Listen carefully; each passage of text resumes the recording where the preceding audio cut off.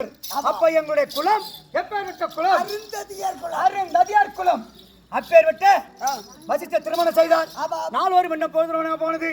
அப்போது வசிஷ்டர் பார்த்தார், நத்தாம் கொடுக்க ஓடுகிறது பத்தியா, நத்த கொடுக்க பெரிய பெரிய நத்த இப்ப கிடையாது. அப்பேற்பட்ட நத்த ஓடு இருந்துதான், காலியா இருக்குமா உள்ள. அப்பேற்பட்ட நத்தாம் குடிக்க எடுத்தார், கையில ஒரு குண்டூசி எடுத்தார். அந்த நத்தாங்குடிக்கு அது பொன்னாட்டி கொடுக்குறாராம். யாருகிட்ட? அருந்ததி பெண் என்று சொல்லக்கூடிய பெண்ணுகிட்ட கொடுத்தாராம். கொடுத்த உடனே குண்டு ஊசியை கொடுத்தார். அந்த நத்தாங்குடிக்கு ஓட கொடுத்தாராம். அந்த பொண்டாட்டி கேட்கலையாம், இந்த நத்தாங்குடிக்கு எதுக்கு சாமி, இந்த குண்டு ஊசி எதுக்கு தரீங்க கையில அப்படி கேட்கலையாம். கேட்க உடனே நாலு மணி பொழுதுறவனாக வாழ்க்கையாகப்பட்டு நடந்து கொண்டே இருக்கிறது.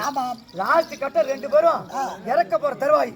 அப்ப கேக்குறானா, சாமி கல்யாணம் பண்ண நாள் வரைக்கும் இது வரைக்கும் நீங்க கொடுத்த ஆதாரத்துக்கு நான் விளக்கம் கேட்கல.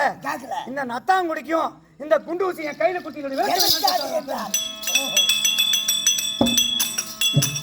வாழ்க்கையில சாப்பிடும் போது சாப்பாடு தவறி விழுந்துட்டா எடுத்து போட்டு சாப்பிடலாம், இல்ல வானான்னு தூரம் விசாட்டிடலாம். உன்னுடைய வாழ்க்கை இறையாம பாத்துக்கிட்ட பாரு.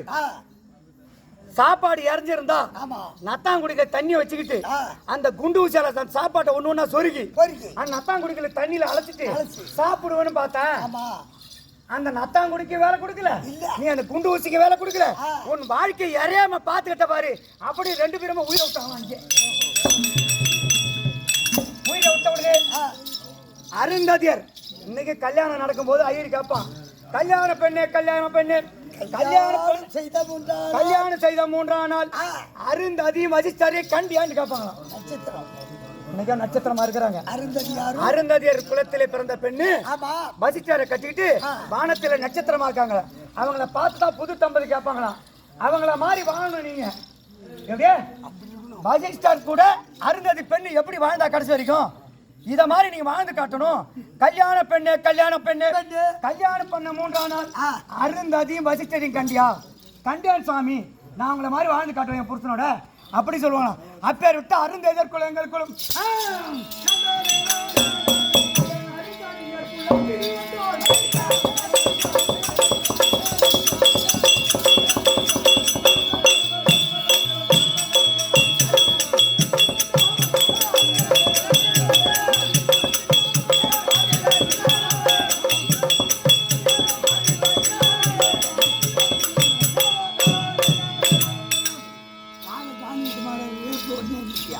எங்களுடைய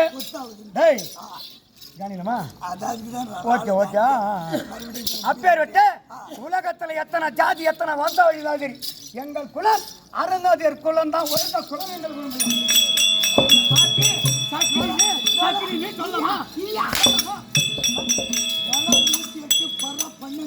ஆமா ஆமா இந்த பக்கத்துல எடுத்துக்கிட்டா அந்த பள்ளம், ஆமா செம்படை,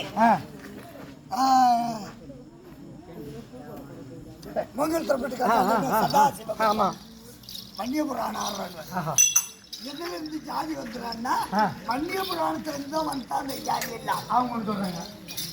ஆனா உண்மையாக சம்பு மகாரிஷி கோத்திரத்திலிருந்து மன்னியபுராணத்துல இருந்து தான் வன்னியனா பிறந்து கொண்ட அந்த சக்கிரி பறைய பண்ணா பரியாரி அமட்ட கொல்ல குறவன். ஆனா இவன் பூராமே சத்திரியன். ஆமா சத்திரியன் சத்திரி. ஆனா நீ வாங்கின கடனே கொடுக்க மாட்டேன், நீ ஒரு சத்திரியன். வாங்கின கடனை கொடுத்தாலும் கொடுக்காவிட்டாலும் சத்திரியன் சத்திரியன்.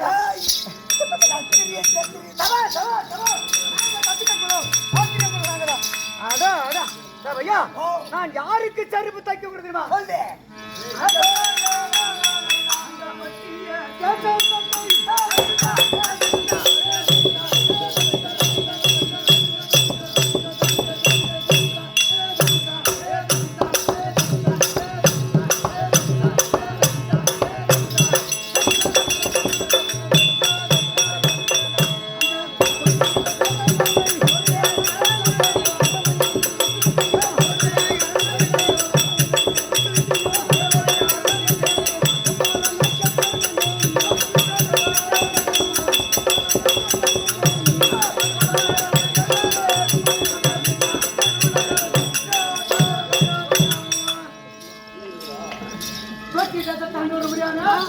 பொம்மாள நாயக்கருக்கு ஒரு நாளைக்கு ஒரு ஜோடி செருப்பு தச்சு கொடுக்கக்கூடிய மாற்றி வச்சிருந்தான். ஐயா ஒரு நாளைக்கு ஒரு செருப்பு தைக்கணும். ஆமா அப்ப பேர் என்ன?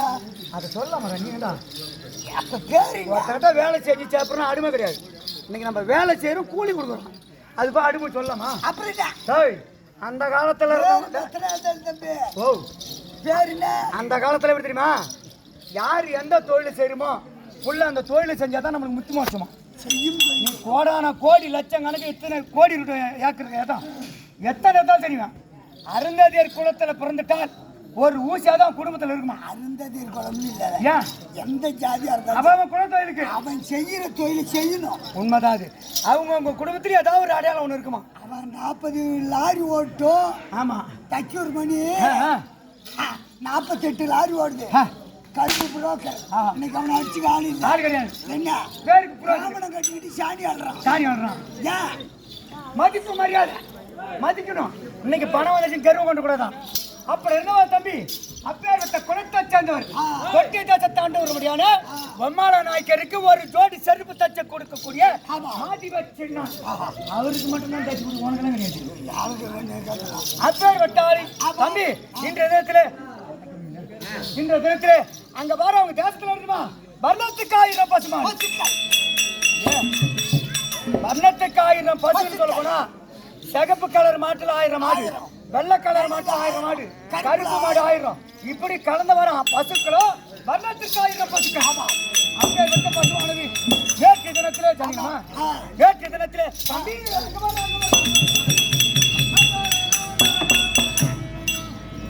நேற்று தினத்திலே பொம்மாள நாயக்கர்கிட்ட இருக்கக்கூடிய பையன் உடையாது மாதி வச்சுன்னா உங்க ஆண்ட ஓட்டு மாடு செத்து போச்சு.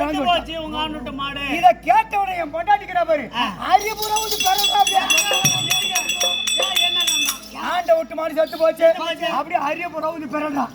அவர் என்ன நினைச்சுக்கிறாரு, மாதி வச்சு நான் பொண்டாட்டிக்கு அம்மா அக்கறை அதுக்கு நம்ம மாடு செத்து போச்சுன்னு இது பிறந்தா மாடு அரி மேல ஒண்ணு பண்ண நெல்லு ஒண்ணு இருக்குமா, எப்படி இருக்கும் இல்ல. என் பொண்டாட்டி சாயந்தரம் மரம் பூரா கூட்டி சாக்கு விளையாடி விட்டான். அப்புறம் இதுவா தம்பி அப்பே விட்ட வர்ணத்துக்கு 1000 பசு, அதுல ஒரு மாடை வெட்டது அந்த 300 மாட்டுக்கு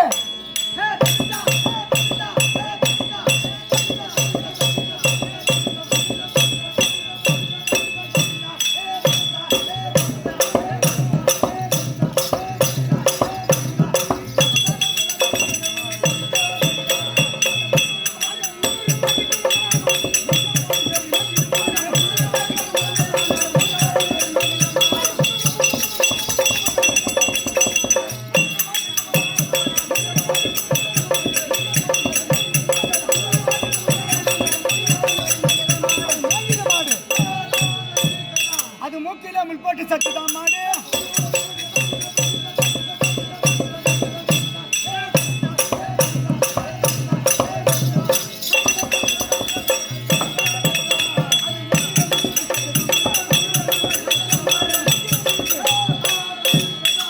அந்த 400 மாட்டுக்கு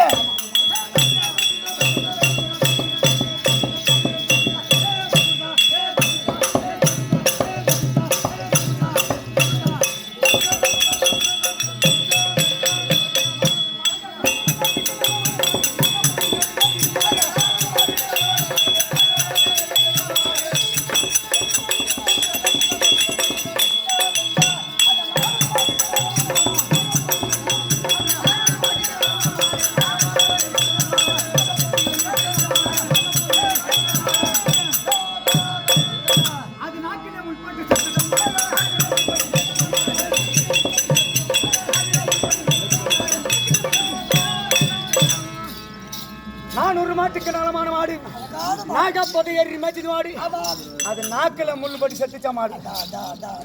அதோடவா ஆமா அழகா நாமெல்லாம் ஒரே ஒரு பாட்டை முதன்மையான ஆமா மூஞ்ச போதை ஏறி மேய்ச்சது மாடு மலை மேல நாம ஒரு பாட்டை எழுத முடியுமா?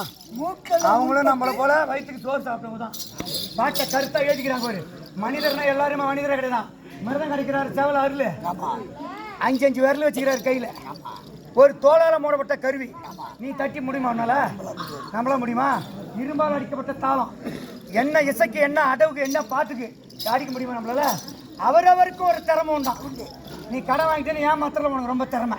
என்ன ஆட்டத்துக்கு வரானே ஏமாத்துக்கு வரான் போடுவா அது வந்துடுறேன் அது உன் பொண்டாட்டி, ஏய். நான் பாரு தவறாயிடுச்சு அது கேட்பாங்க அப்படி தம்பி அது மட்டும் கிடையாது தம்பி அந்த 500 மாட்டுக்கு